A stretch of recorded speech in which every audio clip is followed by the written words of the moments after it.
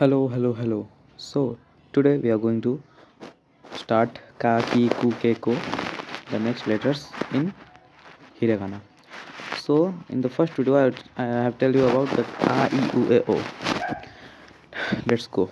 So this is ka in English, but in Hindi, in Japanese this is this is ka. Got it?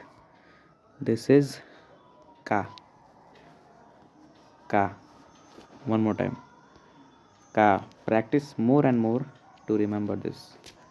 This is ka. Ka. Then ka, ki. This is ki. Okay. Some time you can see this also. This is also ki.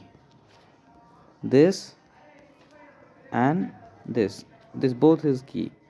The only difference is that in this it is connected and in this one this is not connected. So both are ki. Okay. Then ku. Ku is basically very simplest. This is ku. This is only one. This is ku. This is ku. Then ka, ki, ku, ko. Ka, ki, ku, ke. K. This is k. Got it? This is k. This is k. Then ka, ki, ku, ke, and then ko. Ka, ki, ku, ke, ko. This is ko. Only two.